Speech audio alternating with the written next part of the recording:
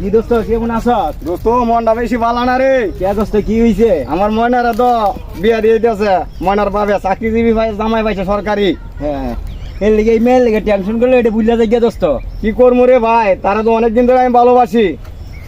হ্যাঁ অনেক হয়তো সরকারি চাকরিজীবী জামাই ভাই বিয়ে দিতে আছে। অনেক দোস্ত একটা ব্যবস্থা করা যায় না?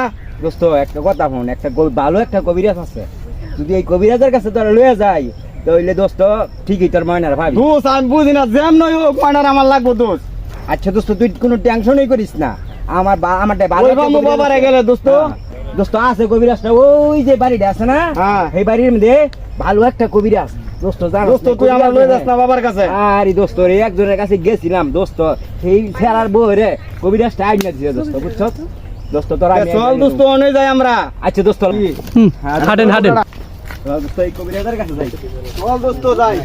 আর দোস্ত হ্যাঁ তুই না কইছিস কবিরাজের কাছে যাবি? ও দোস্ত কবিরাজ চল, আছে, চল চল যাই দোস্ত। কবিরাজের কাছে। চল। এই যে বাবা এই যে একজন ইলো আইছি, এই যে হ্যার বউ গেছে গা, এই হ্যার বেবি গেছে অন্য জনের লগে। আমি জানি বাচ্চা, আমি সব জানি। হ্যাঁ ঠিক আছে, হ্যাঁ তোর বন্ধু তো? হ্যাঁ হ্যাঁ আমার বন্ধু। আমি আছে। খালি ময়নারে চাই। ঠিক আছে, তুই যা, আমি ওর সাথে কথা আচ্ছা বলবো। আচ্ছা ঠিক আছে ওকে। ঠিক আছে, হ্যাঁ তোর সমস্যাটা বাজান বাচ্চা সব জানি। হুম এখন তোর কি করতে হবে তুই বল আমাকে। আমি ময়নারে চাই, ময়নারে বিয়ে করবো। ঠিক আছে, এখন তার জন্য একটা তাবিজ লাগবে। নিব? এই তাবিজ নিতে হবে আর 420 টাকা দিতে হবে।